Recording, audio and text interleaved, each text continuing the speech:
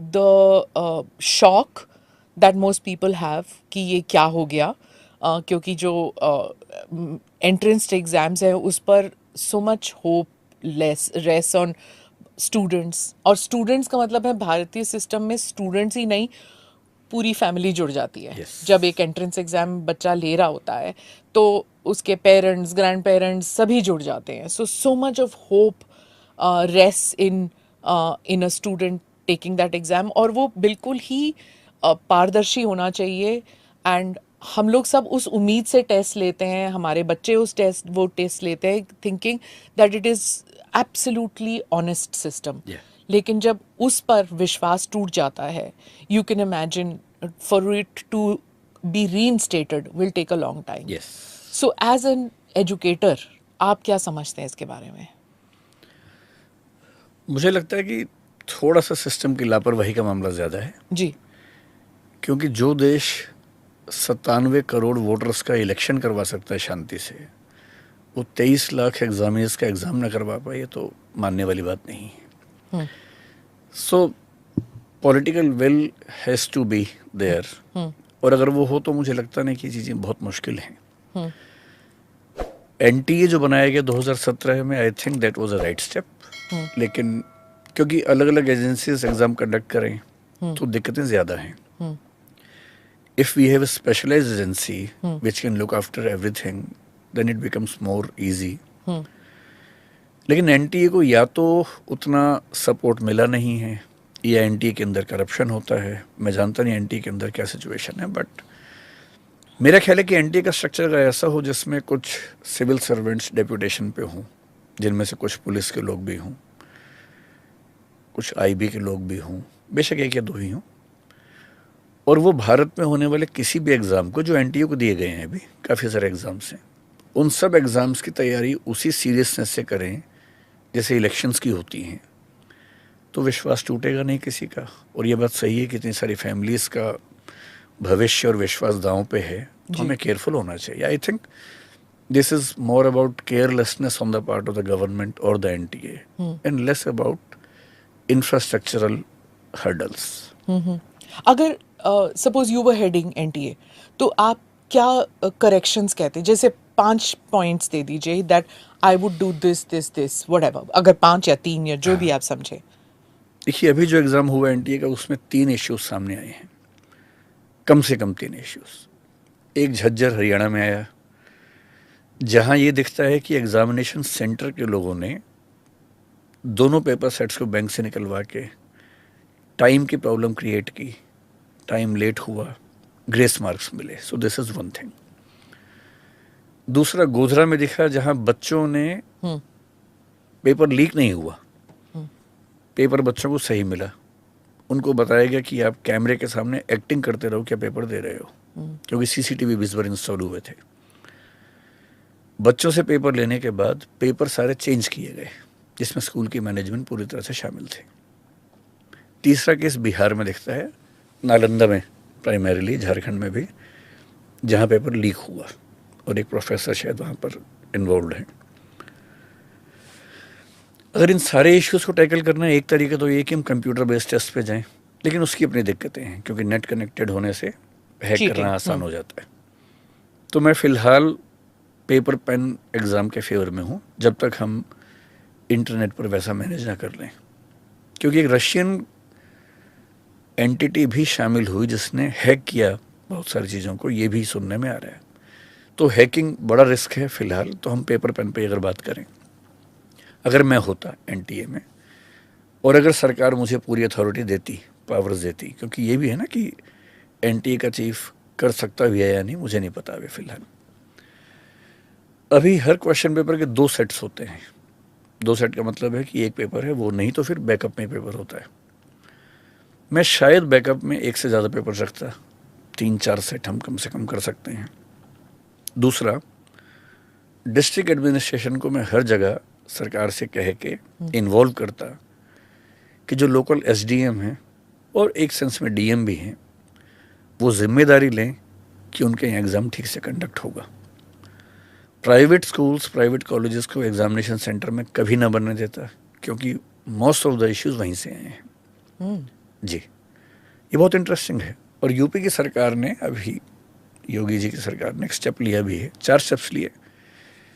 उनमें से एक स्टेप ये भी है कि अब कोई भी एग्ज़ाम किसी प्राइवेट स्कूल में नहीं होगा, केवल सरकारी स्कूल में हो, सरकारी कॉलेज में हो। और मान लीजिए कि बच्चे ज़्यादा हैं एग्ज़ाम देने वाले, तो जो उत्तर प्रदेश सरकार ने अभी अनाउंस किया है कि हम 2 शिफ्ट में लेंगे एग्ज़ाम। इतने सेंटर्स हैं, 2 शिफ्ट में करने से हो उन्होंने कहा कि जहाँ 4 लाख तक बच्चे हैं तो 1 शिफ्ट में होगा, 4 लाख से ज़्यादा हैं तो 2 शिफ्ट में होगा, 3 में भी हो सकता है। तो उससे करप्शन कैसे रुक जाएगा? अगर केवल सरकारी स्कूल्स में है, सरकार के कंट्रोल में है, तो कम से कम देखिए लेवल्स क्या हैं। पहला, पेपर बनाने वाला ही क्वेश्चंस लीक कर दे। हाँ। दूसरा, पेपर बन के गया, छपने के दौरान प्रिंटिंग प्रेस से क्वेश्चंस लीक हों। तीसरा, पेपर छपने के बाद बैंक के लॉकर में गए, उस बीच में लीक हो। चौथा, बैंक से लीक हो, बैंक से एग्जामिनेशन सेंटर के रास्ते में लीक हो, एग्जाम सेंटर पर जो आधा घंटा है 1 घंटा है उसमें लीक हो। ये 5-6 लेवल्स हैं। अगर आप इन सब के लिए सॉल्यूशंस निकालें तो बहुत मुश्किल काम नहीं है, निकल सकता है। जैसे अगर हम विस्तार में बात करना चाह रहे हैं, मान लीजिए लेट अस अज्यूम कि बायोलॉजी का पेपर है और उसमें 100 क्वेश्चंस आने हैं, 10 चैप्टर्स हैं। हम 10 पेपर सेटर से ये कहें कि आपको इस यूनिट से 10 क्वेश्चंस बनाने हैं। हम हर यूनिट के क्वेश्चंस तय कर दें कि 10-10 क्वेश्चन हर यूनिट से आएंगे। हम हर यूनिट पे 10 के बदले 100 क्वेश्चंस बनवाएं। डिफ़िकल्टी लेवल तय हो, जो 4 या 5 लेवल्स हो सकते हैं, very difficult, difficult, average, easy, very easy. फिर हमारे अपने सिस्टम में जैसे एनटीए में बायोलॉजी का डिपार्टमेंट एक हो, उन सारे क्वेश्चंस को मिक्स करके उससे 10 सेट बनाने हैं, ये काम वो करें। Even the examiner should not know, even the paper setter should not know which questions will be there in the question paper. Okay. 10 set बन गए। उन 10 में से हमने 5 सेट प्रिंट करवाए, ये नेक्स्ट लेवल पर डिसाइड होना चाहिए। ठीक, अब 5 सेट जो प्रिंट हुए, 5 हर सेंटर पे जाएंगे, अलग अलग बैंकों में जाएंगे। अभी भी ऐसा होता है, एसबीआई और केनरा में जाता है। तो हर जिले में 5 अलग अलग बैंक में अलग अलग सेट के पेपर्स होने चाहिए। ये जो भेजने का प्रोसेस है, इसमें क्यों नहीं हम सेंट्रल एजेंसीज को इन्वॉल्व कर सकते? अभी कैसे होते हैं? अभी थोड़ा सा रैंडम है, जहाँ तक मैं जानता हूँ। अच्छा। I am not very sure about it. हाँ। सीआईएसएफ जैसी एजेंसी को ये काम क्यों नहीं दे सकते हम? हाँ, देना चाहिए। Shouldn't be difficult. हाँ, अगर जब एसबीआई इन्वॉल्व हो सकता है, इलेक्टोरल रोल्स जा सकते थे पहले, तो ये भी जा सकते हैं। जब बैंक इन्वॉल्व है तो ये भी हो सकते हैं। अभी क्या है कि प्राइवेट सेंटर जानबूझ के शहर से बहुत दूर बनाए जाते हैं ताकि चीटिंग हो सके। आप प्राइवेट सेंटर्स खत्म कर दीजिए। मान लीजिए 23 लाख बच्चे हैं, देश भर में हैं, केवल उत्तर प्रदेश में अगर देखें तो वो एकदम कंफर्टेबल है कि 8 लाख बच्चों का एग्जाम हम दिन में 2 बार में करवा सकते हैं। हम ऐसा क्यों नहीं कर सकते कि एक संडे के दिन 3 शिफ्ट में देश भर में एग्जाम चल रहा है, 3 पेपर्स हैं, और उन 3 पेपर्स में स्केलिंग हम कर सकते हैं आराम से। एक पक्ष इसमें यह भी है कि ऐसा एक्ट होना चाहिए कि हम पनिशमेंट दे सकें, क्योंकि जो लोग इसमें एक्यूज हैं वो कई साल से ये काम कर रहे हैं। जैसे नालंदा में जो घटना घटी, कोई मिस्टर मुखिया है, वो 2017 में भी इन्वॉल्व थे एक पेपर लीक में। ऐसे कई इंसिडेंट्स हैं। तो जो लोग ये काम कर रहे हैं वो कई साल से कर रहे हैं, और ये एक्सपर्ट हैं। लोगों को पता था, इसीलिए हाँ। उन्हीं कोचिंग सेंटर्स में जाते हैं। हाँ। उन्हीं स्कूल्स में, जैसे गोदरा वाला जो केस आपने बताया, वो सारे बच्चे वहां पर दे वांट एडमिशन, उसी स्कूल में चाहिए। एडमिशन नहीं, इतना ही नहीं, दूसरे स्टेट्स के बच्चे वहाँ पर स्टेट्स आए के हैं। बच्चे। हाँ, क्यों ऐसे हो रहा है? तो जब पता था, the corruption went on for so long silently, तो कितने सारे कल्पेबल लोग हैं इसमें। यस। हाँ, सो इट्स वेरी डिसहार्टनिंग कि अब निकला है, पर ये काफी साल से चल रहा था। इस पैमाने पे शायद ना रहा हो, लेकिन चल तो रही है। अगर आप लिस्ट देखें पिछले 10 साल में, हाँ, हर स्टेट में ऐसा हुआ है। इवन तमिलनाडु में हुआ है, महाराष्ट्र में हुआ है, तमिलनाडु में, मध्य प्रदेश में हाँ। हुआ है, उत्तर प्रदेश में कितनी बार हुआ है। कांस्टेबल का एग्जाम उत्तर प्रदेश में हुआ, उत्तर प्रदेश पीसीएस का हुआ, राजस्थान में रीट का एग्जाम हुआ, कांस्टेबल का एग्जाम हुआ, कितने एग्जाम्स लीक हुए अच्छा, हैं। इंटरनेशनली कैसे होता है? जैसे एसएटी के एग्जाम्स लेते हैं लोग, तो वहां पे तो इट्स डन। जहाँ तक मैं जानता हूँ एसएटी का एग्ज़ाम ऑनलाइन होता है, और उनके सिस्टम्स हमसे बहुत स्ट्रांग है, but I am not sure about it, क्योंकि मैंने स्टडी किया नहीं उस चीज़ को। और ये जो यूपीएससी के एग्जाम्स होते हैं। यूपीएससी अभी तक काफ़ी अच्छा इंस्टीट्यूशन इस मामले में। हाँ। उसका एक रीज़न ये है कि पूरे देश भर में एग्जामिनीज काफ़ी कम होते हैं इसमें। जैसे यूपीएससी का फॉर्म भरने वाले लोग 12 लाख के आसपास होते हैं हर साल, आईएएस की बात अगर मैं करूँ, पर एग्ज़ाम देने वाले 5 लाख के आसपास होते हैं। सो हैंडलिंग 12 लाख कैंडिडेट्स और 5 lakh candidates in the country is not that tough. एक ही शिफ्ट में हो जाता है, unlike NEET and the others. इन सब में ज़्यादा शिफ्ट होती हैं। और जो स्टेट लेवल होते हैं, तो जैसे कांस्टेबल का एग्जाम है, उसमें करीब 50 लाख लोग फॉर्म भर देते हैं। हाँ। एक स्टेट में, यूपी में कैसे करेंगे? तो कई दिन एग्जाम चलेगा।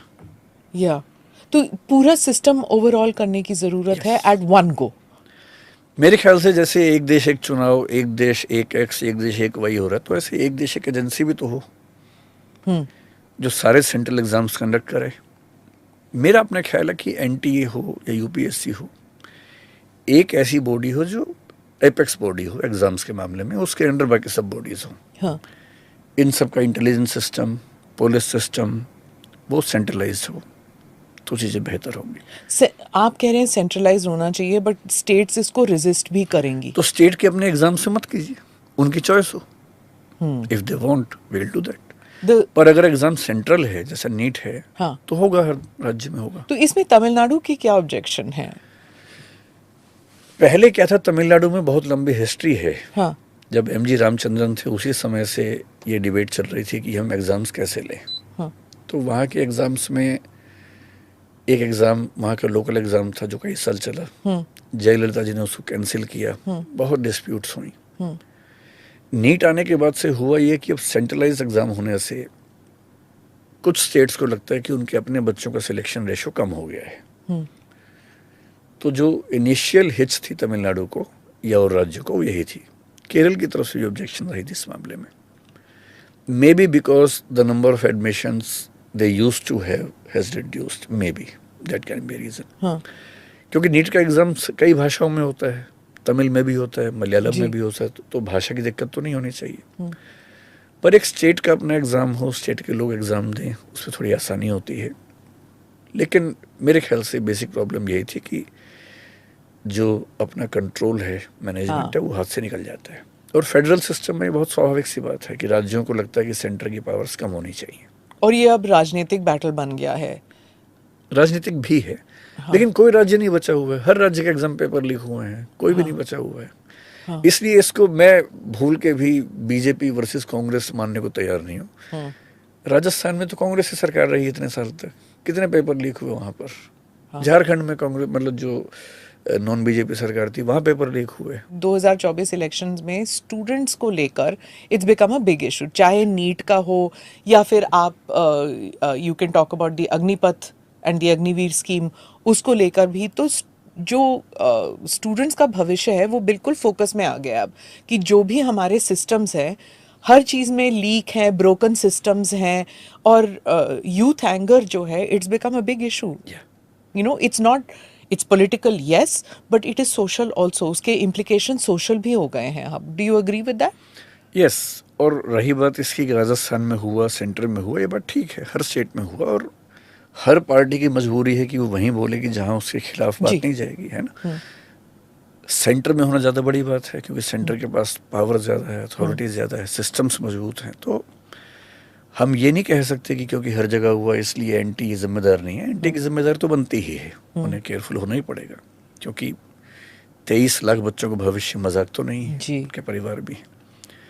अग्निवीर का मामला एकदम अलग है। वहाँ पेपर लीक की दिक्कत नहीं है, वहाँ तो अग्निवीर स्कीम को लेकर दिक्कत है, वो एकदम अलग दिक्कत है।